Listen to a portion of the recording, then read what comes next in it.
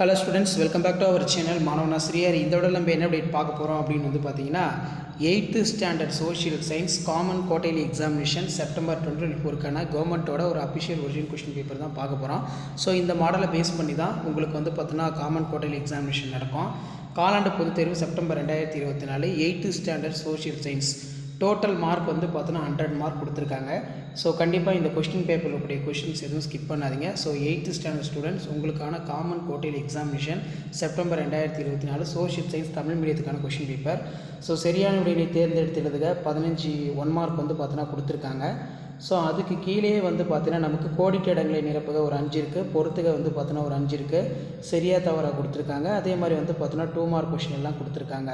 காரணம் பொறுத்த வரைக்கும் தீப்பாறை எரிமலை பகுதியில் காணப்படுகிறது, உயரம் அதிகரிக்கும் போது வெப்பம் குறைகிறது, நீர் புகாத இடங்களில் நீரின் ஊடுருவல் குறைவாக உள்ளது.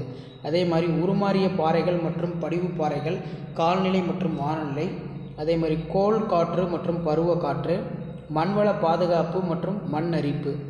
நெக்ஸ்ட்டு 10x20 இதில் இந்தியாவில் இருந்த ஆங்கிலேயர்களுடைய வர்த்தக மையங்களை குறிப்பிடு, இருட்டறை துயர சம்பவம் பற்றி சிறுகுறிப்பு வரைக. நெக்ஸ்ட்டு 1857ஆம் ஆண்டு புரட்சிக்கான உடனடி காரணம் நல்லா படிச்சுக்கணும். அதே மாதிரி தீப்பாறைகள் எவ்வாறு உருவாகிறது, நீர் சுழற்சி, உலகில் அதிக மக்கள் தொகை கொண்ட 4 பெருநகரங்களை பட்டியலிடு, மாநில சட்டமன்றத்தின் 2 அவைகளின் பெயர்களை எழுத, குடியுரிமை வகைகளை குறிப்பிடு, பண்டமாற்று முறை என்றால் என்ன முக்கியம். அடுத்து பார்த்தோன்னா பொருளாதாரத்தில் கருப்பு பணத்தின் விளைவுகள் படிச்சுக்கோங்க. அதே மாதிரி 5 மார்க் பொறுத்தவரைக்கும் 5x5 25. இதில் இருக்கிறது எதுவும் ஸ்கிப் பண்ணாதீங்க. கண்டிப்பாக நீங்கள் எந்த டிஸ்ட்ரிக்டாக இருந்தாலும் சரி இந்த கொஷின் பேப்பர்லேருந்து கொஷின்ஸ் எல்லாம் அப்படியே ரிப்பீட் ஆகும்.